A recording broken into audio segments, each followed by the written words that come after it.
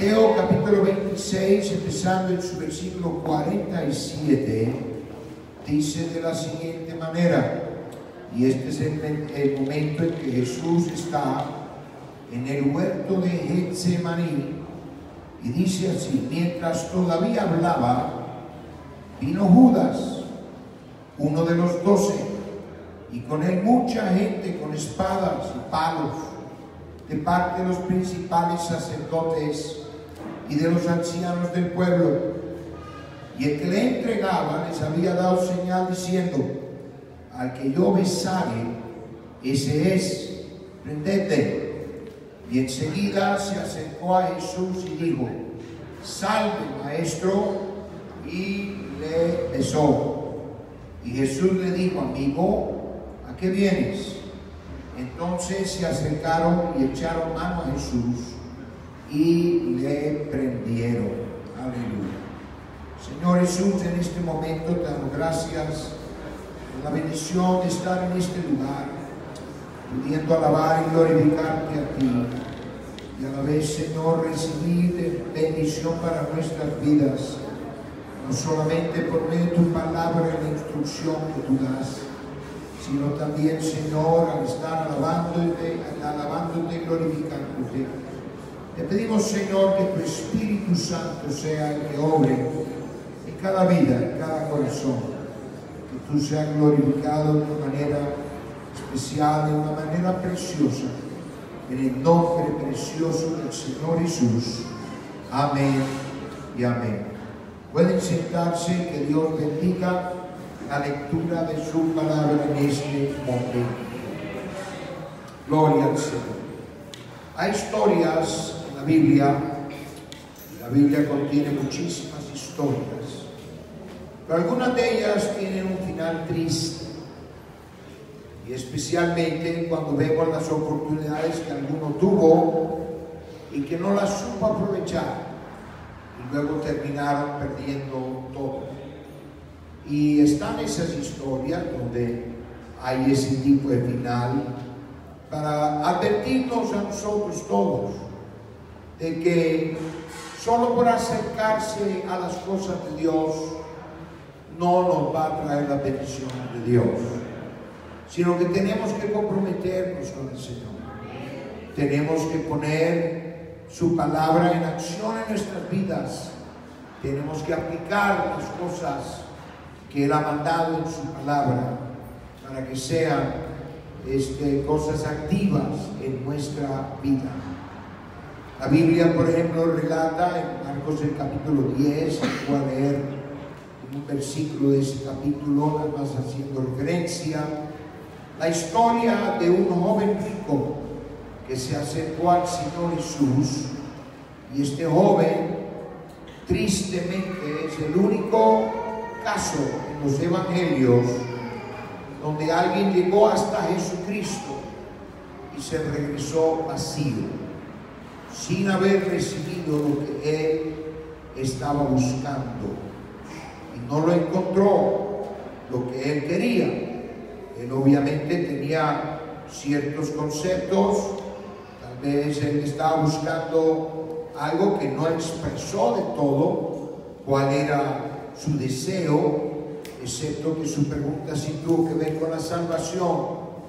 Pero aparentemente el problema de ese joven rico es que no quiso pagar el precio, o sea, no estaba con la voluntad de obedecer enteramente al Señor Jesucristo.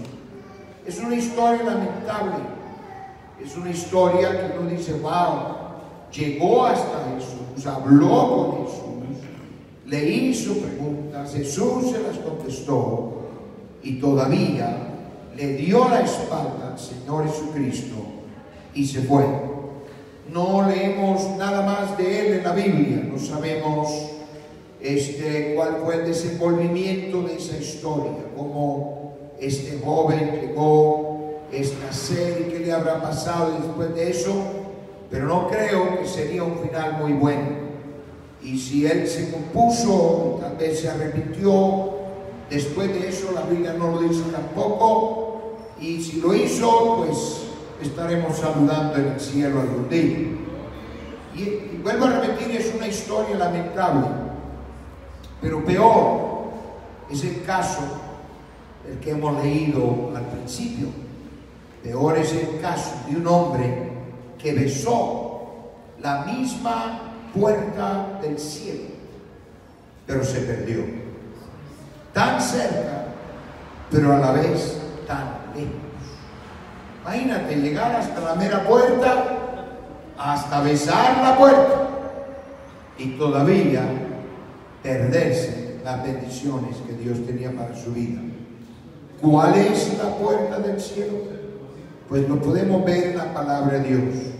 Aún empezando desde el Antiguo Testamento, la Biblia relata en Génesis el capítulo 28 la historia de cuando Jacob se fue huyendo de su hermano que lo quería matar porque sentía que le habían robado su primogenitura.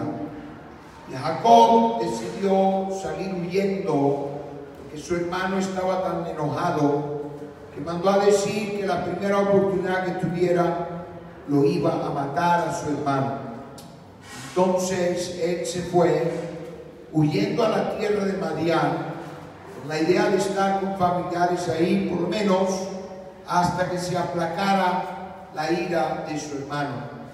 Pero la primera noche, cuando le tocó a Jacob estar fuera de casa por primera vez, y se acostó y hasta usó de almohada una piedra.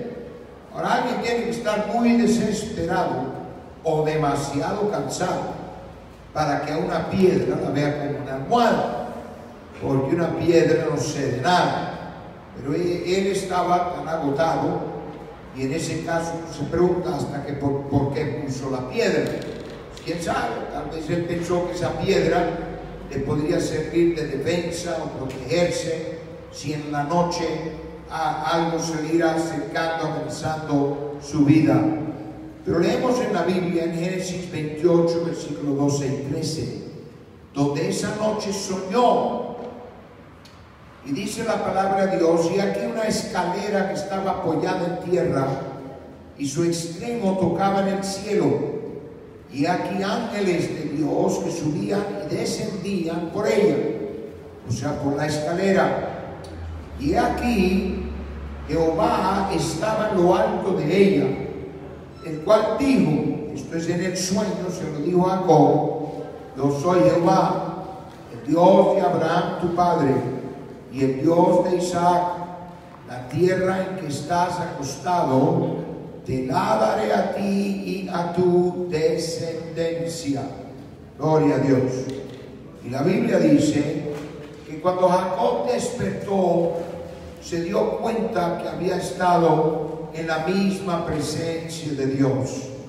Y por eso él hasta consagró ese lugar llamándolo Betel, que quiere decir casa de Dios.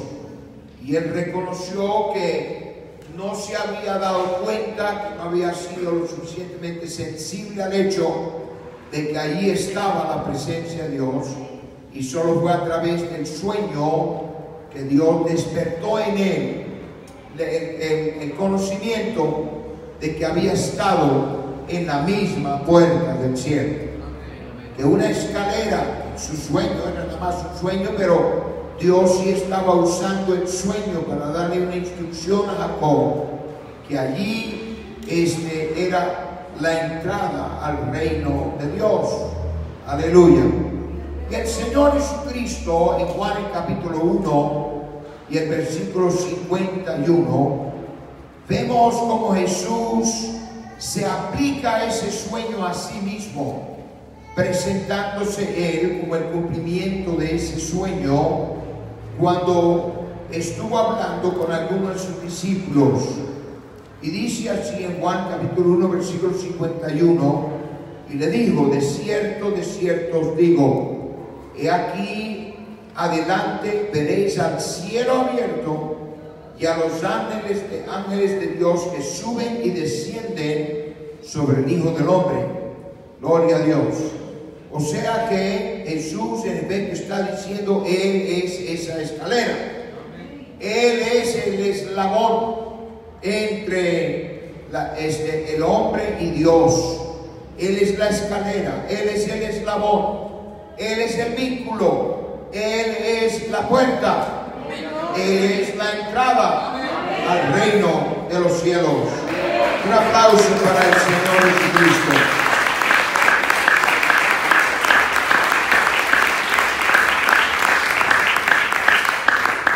Sin embargo, más allá de solo verlo como una conclusión, el mismo Señor Jesucristo se declaró ser la puerta. En Juan el capítulo 10 y el versículo 9 y 10. Juan el capítulo 10 y el versículo 9, Jesús dijo, yo soy la puerta. El que por mí entrare será salvo y entrará y saldrá y hallará pastos. O sea que, vuelvo a repetir, no es solo una mera conclusión, ni tampoco una deducción, sino que Jesús abiertamente, Él dice, yo soy la puerta.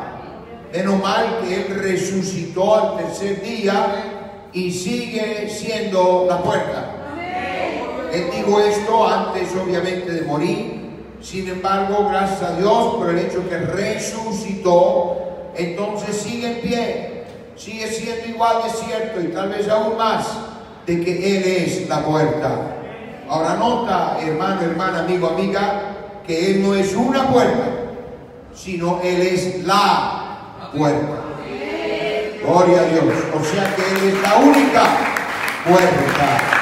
Un aplauso fuerte para el Señor Jesucristo. En Juan capítulo 14 y su versículo 6, el Señor Jesús también declaró, diciendo Juan 14, 6, yo soy el camino, la verdad y la vida. Nadie viene al Padre sino por mí. Aleluya. O sea que no solamente Él declara que en la entrada, que Él es el portal, que Él es la puerta para llegar al Padre Celestial, sino que Él elimina todas las demás puertas. Él elimina todo acceso que alguien pueda presentar o imaginarse o defender. Aleluya. Incluso hasta elimina a la Virgen María. Él dijo, nadie viene al Padre si no es por mí. Él no necesita de nadie más. Él hace un buen trabajo como puerta. ¿Cuántos dicen gloria a Dios? Él no necesita ayuda y aparte de eso, Él es el único que murió en la cruz del Calvario para salvarnos. ¿Cuántos dicen gloria a Dios? Yo me acuerdo hace ya muchos años cuando estaba predicando y ministrando la palabra en el país de El Salvador. Había un amigo mío, un abogado, él había hecho algunos trabajos y este señor, pues él era un abogado de mucho éxito. Pero un día me llamó y me dijo, mire pastor, quisiera que me haga un favor, si puede venir porque tengo un cuñado que se fue a la India y allá él se convirtió a una religión allá en ese lugar de un hombre llamado Sai Baba. Yo nunca había escuchado acerca de ese hombre antes, pero sí me enteré bastante y incluso hasta a propósito busqué a ver quién sería ese hombre. Y ese hombre se decía ser la encarnación de Dios en este tiempo aquí en el mundo. Ahora ya murió, y no resucitó, así que no sirvió para nada, más que engañar a un montón de gente. Pero este hombre, cuñado del abogado que era mi amigo, se había dedicado y consagrado a Sai Baba. Incluso regresó a El Salvador, vendió todo lo que tenía y se dedicó como si fuera un misionero de este personaje llamado Sai Baba. Él hablaba acerca de milagros y cosas que hacía Sai Baba. Y bueno, él estaba completamente obsesionado con Sai Baba. Y me pidió este amigo si no podía hablar con su cuñado porque estaba destruyendo su familia. y la hermana del abogado y el resto de la familia, pues ellos no sabían qué pensar acerca de todo eso y tampoco sabían cómo poder defenderse acerca de un hombre supuestamente santo que vivía tan lejos que ni sabían cómo checar la condición de este hombre. Entonces, yo vuelvo a repetir, nunca había escuchado de Sai Baba, no sabía ni la menor idea, y más bien tuve que pedirle a este hombre que me explicara, aunque yo no le tuve que rogar, estaba más que deseoso. Incluso al principio pensó que en mí veía un prosélito, que tal vez a mí me iba a convencer de Sai Baba. Entonces yo decidí mejor escuchar, en vez de decir algo primero y a ver quién era este Sai Baba y las cosas que decía. Y entonces él empezó a contar, relatar. Él había ido, este hombre había ido a la India, había estado 6 meses allá. Y pues venía hasta vestido bien raro, como esa gente devota de Sai Baba y todo eso. Y mientras iba escuchando yo, y dándome cuenta que sencillamente era otro engañador que se quiere presentar como si fuera Dios o representando a Dios. Entonces, ya después de escucharlo un buen rato, empecé a hacerle preguntas y le dije a este hombre, le dije, mire, Sai Baba reconoce algo acerca de Jesús o habla de Jesús. Y me dijo, ¿cómo no? Él habla de Jesús y él dice que Jesús, pues sí, fue un hombre bueno y santo, igual que él, venía a representar a Dios en su tiempo, pero lo que era Jesús en aquel entonces, ahora hoy, es Sai Baba. ¡Wow! Le dije, ¡qué tremendo!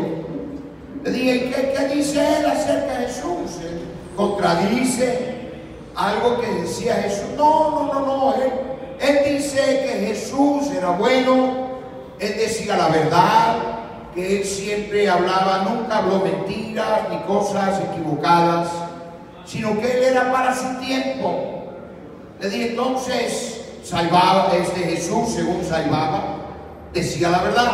Sí, ¿cómo no? Pobrecito, no se daba cuenta que él estaba haciendo una trampa. Que Dios me perdone. Aleluya. Pero entonces, cuando él dijo que sí, que todo lo que decía Jesús era cierto, le dije, pues mire, qué raro, ¿no? Porque el Señor Jesucristo dijo, yo soy el camino, la verdad y la vida. Nadie viene al Padre si no es por mí. Yo le dije, Jesús eliminó a Sai Baba. Hermano, casi me mata el hombre. Se levantó, se me tiró encima, enfurecido, y ya me quería matar, ya casi me estaba ahorcando, si no fuera por el abogado, quién sabe. Aleluya, yo no me iba a dejar ahorcar por mucho tiempo. Aleluya. Aleluya, es bueno ser cristiano, pero no hay que dejarse matar cuando dice gloria a Dios. Pero ese pasaje de Jesús terminó derrumbando todo lo que ese hombre decía acerca de Sai Baba, porque Jesús es no una puerta, Él es la puerta, la única puerta. Dando la gloria a Dios. Es más, el Señor Jesucristo claramente indicó que intentar de entrar por otro lado es ser ladrón y salteador.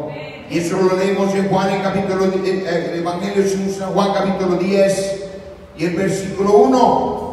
San Juan, el capítulo 10 y versículo 1, donde Jesús dijo, de cierto os digo, que el que no entra por la puerta en el redil de las ovejas, sino que sube por otra parte, es ladrón y salteador. Aleluya. O sea, no hay otra entrada, solamente hay una puerta, y esa puerta es el Señor Jesucristo. Un aplauso fuerte para el Señor Jesús. Bendito sea el Señor. Por lo tanto, Judas puerta estaba besando la puerta del cielo. Cuando él lo entregó a Jesús con un beso, aleluya. Sin embargo, ¿cuál ha sido el final de Judas? Pues conocemos el final. Terminó ahorcándose, dándose cuenta que había cometido un grave error, pero a la vez no dándole a Dios una oportunidad para que lo salvara o para que el Señor Jesucristo lo perdonara. Gloria a Dios. Y por eso Judas hoy está perdido e irá a parar en el lago ardiente de fuego y azufre, porque no se dio cuenta que besó la puerta del cielo y se perdió. Llegó tan cerca, más cerca que la gran mayoría de los seres humanos. Gloria a Dios. Porque para besar a alguien hay que acercarse bastante, ¿no creen? Ay, unos poquitos nada más creen. A ver, intente besar a alguien desde lejos y primero no lo va a lograr y se va a hacer ridículo. Aleluya. Qué triste que Judas escogió un beso para identificar a Jesús. Y de paso cabe decir que el hecho que a Jesús era necesario identificarlo es de que Jesús no se veía tan fuera de lo normal. Y mucho menos, como a veces uno ve en cuadros, donde lo muestran a Jesús con una aureola alrededor de su cabeza. Si Jesús hubiera caminado con una luz encima de su cabeza, nadie hubiera necesitado que Judas lo identificara. Sería muy fácil saber quién era él. Gloria a Dios. Es más, yo dudo que esa gente hubiera intentado arrestarlo a Jesús si lo vieran con una lucecita alrededor de su cabeza. Pero ellos obviamente, y sobre todo en la oscuridad, no sentían que iban a poder identificar a Jesús correctamente y no querían terminar arrestando al que no querían, sino que todo el esfuerzo fuera para poder arrestarse y llevarse al cabecilla, según ellos. Gloria a Dios. Pero de nuevo, qué triste que Judas escoge un beso. El beso es el símbolo de afecto y de intimidad. El beso es el símbolo del amor. Y usó un beso para demostrar todo lo contrario, que era traicionar a Jesús. Aleluya. Qué triste. Ahora, su traición y su acto, su gesto, todo lo que hizo Judas, pues menos mal que no eliminó el beso como una expresión de afecto. Y gracias a Dios que todavía sigue siendo una manera, digo pues, el que lo usa legítimamente. Gloria a Dios, amén. Mejor repito, el que lo usa legítimamente. No andes besando a medio mundo, porque vas a terminar besando a alguien que no quieres. Entonces estás haciendo igual que Judas. ¿Cuántos dicen gloria a Dios? Pero Judas no es el único que ha hecho eso, porque otros han hecho cosas similares. Han intentado demostrar que aman a Dios, pero la verdad es que no lo aman, que no se quieren someter a Él, que no le quieren servir, pero que dan la impresión y hasta pueden usar cierto lenguaje como que da a entender que ellos sí aman a Dios. Sin embargo, su corazón está muy lejos de realmente hacer eso. Algunos lo hacen conscientemente, o sea, sabiendo lo que están haciendo. Otros terminan haciéndolo tal vez en forma inconsciente. No se dan cuenta la traición que están haciendo, que están cometiendo. Aleluya. Pero Judas no solamente lo besó a Jesús y que sirviera como la forma que los demás pudieran saber a identificar quién era el maestro, sino le dijo al Señor: salve, maestro. O sea que, vuelvo a repetir, no solo lo besó, sino dijo: salve, maestro. Eso ya es hablar con ironía. Ahora, sabemos que realmente ese era un saludo que se usaba en aquel entonces, y era que se saludaban deseándole bien a la persona y diciendo salve. Pero en efecto, Judas termina hablando con ironía, porque él no estaba queriendo que Jesús se salvara. Él lo estaba traicionando porque él aparentemente Judas no necesariamente pensó o estaba queriendo que a Jesús le hicieran daño o lo mataran. Él pensó aparentemente que Jesús iba a hacer un milagro y se iba a escapar de los fariseos, como había hecho en otras ocasiones. Y tal vez él pensó, este es dinero fácil, nada más que me pague, yo voy, lo identifico, que lo agarren. Pero Judas, él pensó que Jesús nos iba a dejar, o que tarde o temprano él se iba a escapar, o hacerlo desaparecer, o algún milagro donde no le pudieran hacer ningún daño. Pero en ese momento Jesús sí se dejó agarrar, y se dejó agarrar para que tú y yo pudiéramos ser salvos hoy. Un aplauso fuerte para el Señor Jesús.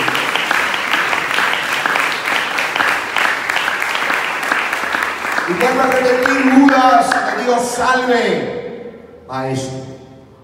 Muchos hoy están pidiendo al Señor que los salve, pero en su corazón están pensando otra cosa. En su corazón lo están traicionando. Y es muy fácil pedirle a Dios que los salve a uno, pero otra cosa es poner eso en práctica. Otra cosa es obedecer a Dios en todo lo que Él manda en su palabra. Porque cuando decidimos obedecer a Dios, puede ser que en el momento sintamos la convicción de Dios, sintamos esa atracción fuerte de Dios y queremos obedecerle en el momento. Pero servir a Dios no es nada más un acto que se hace de repente en un momento de emoción, sino que debe ser para toda la vida y para todos los días de nuestra vida. Cuando la gloria a Dios. Y cuando Judas le dio salve, maestro, leímos donde Jesús le respondió, amigo, ¿a qué viene? No sabemos con qué tono de voz hubiera dicho eso, pero a mí se me da que Judas, tal vez por eso se terminó ahorcando, porque uno puede decir la misma cosa con un sentimiento muy diferente. Incluso uno puede usar las mismas palabras para expresar amor, como prácticamente expresar desprecio. Y todo depende de cómo se lo dicen a uno. Todo depende del tono de voz, todo depende de la expresión facial, todo depende de los gestos que acompañan las palabras, y también lo que uno conoce o sabe de esa persona. Pero hubo algo en lo que dijo Jesús, en la manera en que Él comunicó a Judas, de que a pesar de todo lo que estaba haciendo, y que Jesús sabía, incluso hasta la noche anterior, en la última cena, Jesús intentó de convencerlo a Judas que no lo hiciera. Incluso hasta el final, aún aquí, Él le dice, amigo, ¿qué haces? O sea, Judas, ¿qué estás haciendo? ¿Hasta dónde has caído? ¿Hasta dónde has llegado, Judas? ¿Hasta dónde te has rebajado? Porque él sabía que Jesús sabía. Y que Jesús podía, sí, él podía haber escapado. Incluso cuando la gente se acercó, la Biblia dice que Jesús le preguntó a la turba, le preguntó a la gente, esto fue antes de que Judas se le acercara y lo pudiera identificar con un beso. Jesús le preguntó, ¿a quién buscáis? Y ellos dijeron, a Jesús de Nazaret. Y Jesús dijo, yo soy.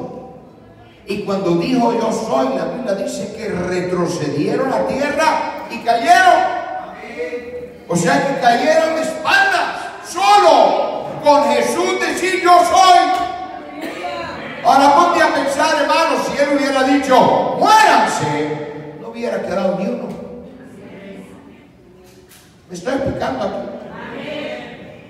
Él demostró que si quería, él podía escapar. Pero no escapó, no se escapó. No los detuvo, porque él sabía que era necesario ser el Cordero de Dios que quita el pecado del mundo. ¿Cuánto dicen gloria a Dios? Y cuando Jesús le responde a Judas y le dice, amigo, ¿a qué vienes? Él todavía le estaba dando oportunidad a Judas, porque él está diciendo, Judas, si puedes cambiar. Pedro también lo traicionó al Señor Jesús. Incluso él lo traicionó 3 veces. Y Pedro cometió un pecado igual de malo, de feo que Judas. Claro, hubo más trama en el caso de Judas. Sin embargo, lo que hizo la traición de Pedro llega a ser muy fea cuando la noche antes él mismo dijo, Señor, yo estoy dispuesta a ir a la cárcel por ti y hasta morir por ti. Pocas horas después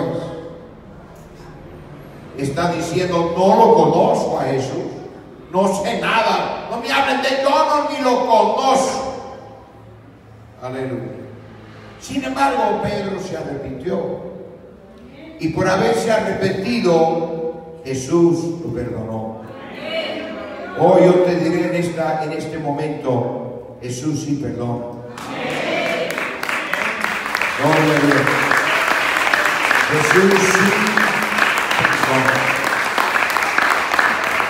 Y si hay alguien aquí que tal vez el enemigo, y por enemigo me refiero a Satanás, te está queriendo meter ideas en la cabeza y decir que por algún mal que has cometido, que Dios no te puede perdonar, Él sí perdona. Si Jesús pudo perdonar a gente que lo traicionó, quiere decir que Él puede perdonar a cualquiera.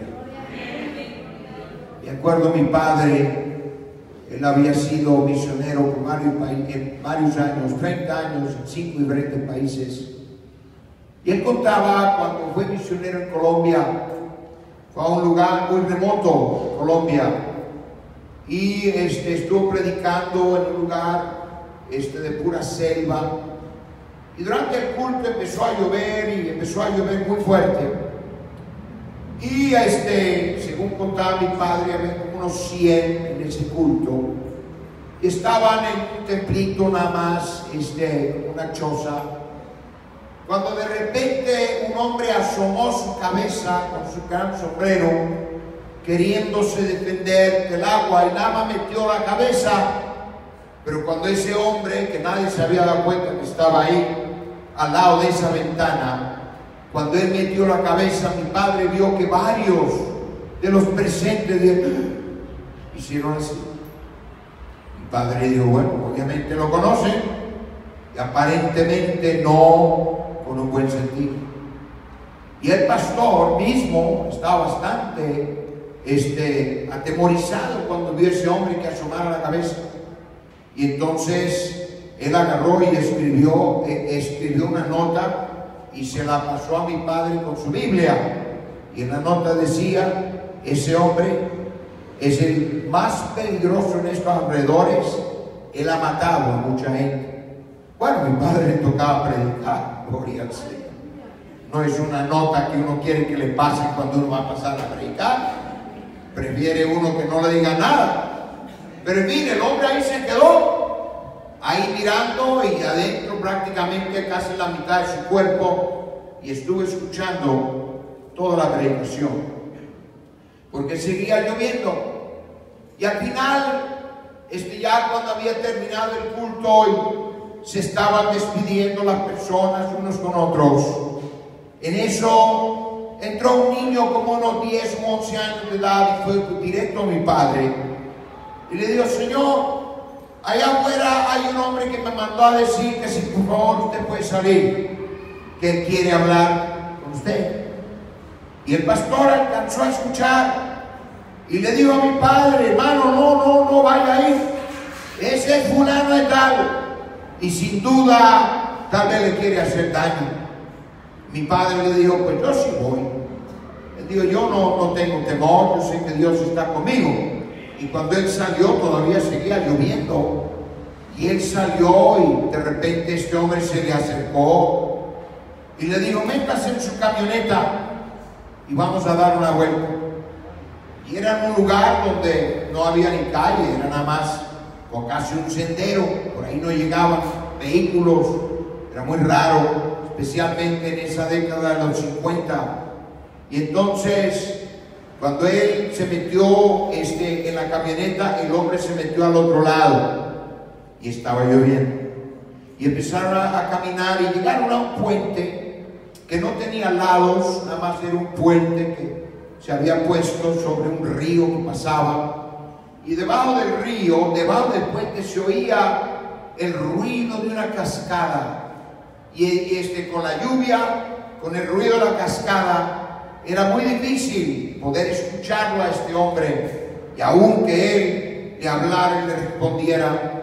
Y él le dijo a mi padre, ¿quién le habló de mí?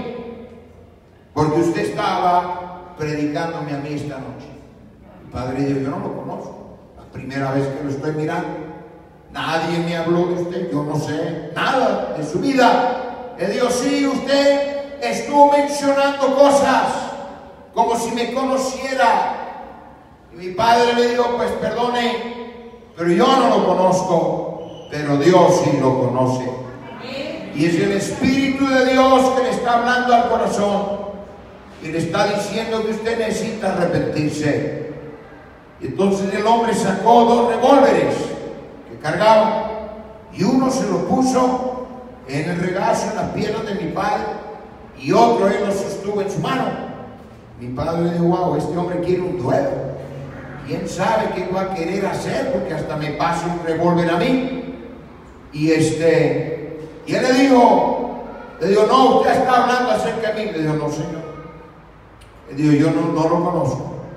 Y él le dijo, pero Dios a mí no me puede perdonar. Mi padre le dijo, ¿por qué? Él dijo, porque yo soy un hombre demasiado malo. Él dijo, yo he matado a mucha gente. Y yo aquí de este puente he traído gente a este lugar y los he tirado por esa cascada. Y cuando han llegado abajo desde arriba, les he disparado. Y yo hasta he perdido la cuenta de la cantidad de gente a quien yo he matado. Él dijo, no puede ser que Dios a mí me perdone. Mi padre le dijo, pues está muy equivocado, porque Dios perdona a cualquiera que se arrepienta. Y de repente el hombre recogió el revólver que le había pasado a mi papá y se guardó los 2 revólveres y se salió de la camioneta. Entonces mi padre, y era de noche, muy bien, mi padre agarró y avanzó, buscó un lugar donde pudiera dar la vuelta, y cuando regresó a donde estaba el puente, empezó a mover la camioneta para que sus luces buscaran a ver si lo veía a ese hombre, pero no lo vio. Y cuando regresó allá al lugarcito donde estaban teniendo el culto, el pastor incluso ya tenía a la gente orando. Vamos a orar por el misionero porque este hombre se lo llevó y sin duda lo va a matar. Y ahí estaban todos orando. Y quién sabe, puede ser que las oraciones de ellos le salvaron la vida a mi padre. Porque Dios es poderoso. Y entonces mi padre no vio a ese pastor durante aproximadamente 3 meses. Y cuando lo volvió a ver, él dijo, hermano, ese hombre apareció a 3 kilómetros abajo del río, se tiró y se mató solo. Pero imagínate, se mató pensando que Dios no lo iba a perdonar. Dios sí perdona. Él sí perdona. Y no importa qué haya hecho una persona, aunque obviamente cuando alguien ha cometido un mal, en su mente siempre va a ser mucho más grande, aún de lo que otros pueden observar o pensar. Aleluya.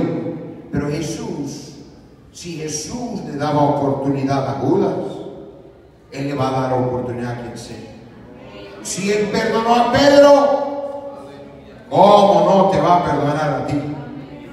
¿Cuánto dicen gloria a Dios? Por lo tanto, en este momento, ¿qué de ti?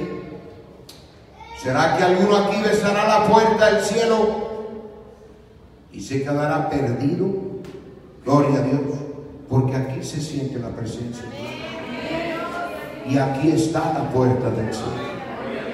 Porque Jesús dijo que donde están dos o tres congregados en mi nombre, y así estamos congregados aquí, allí estoy yo en medio de ellos. O sea, yo te pregunto en esta tarde, algunos sentirán la presencia de Dios y el Señor hablándote al corazón, y será que vas a salir de aquí sin obedecerle. Es lo mismo que besar la puerta del cielo y perderse. Quedarás perdido, pero gracias a Dios, que el Dios que servimos es un Dios de misericordia. Y Él está en este lugar. Puede ser que alguno no necesariamente se acercó a Él, aunque con venir a este culto sí te acercaste. Con venir a un culto como este es porque alguien está buscando a Dios. Pero tal vez nunca alguien puede imaginarse que llegó tan cerca que estuvo donde está la puerta. Y Él está aquí en este momento. Vamos a ponernos en pie. Señor Jesús, te damos gracias por tu bendición. Te damos gracias, Señor, que podemos saber con certeza que no solamente estás, sino que estás atento a nuestras necesidades. Y alguno que todavía no te conoce, no te ha obedecido, tú estás queriendo bendecirla. Y que podemos acercarnos a ti sabiendo que nos amas. Nos ama mucho más que lo que podemos entender o aún abarcar. Y en este momento despierta en cada uno esa realización que tú eres un Dios de misericordia, eres un Dios de amor, y verdaderamente quieres bendecirnos, quieres salvarnos. Gracias, Señor, porque realmente no lo merecemos, pero es solo por tu gracia y misericordia que podemos aspirar a lo que tú prometes. Algunos, Señor, que tienen cualquier necesidad, tú estás aquí para bendecir, para glorificar, en el nombre precioso del Señor Jesús. Amén y amén.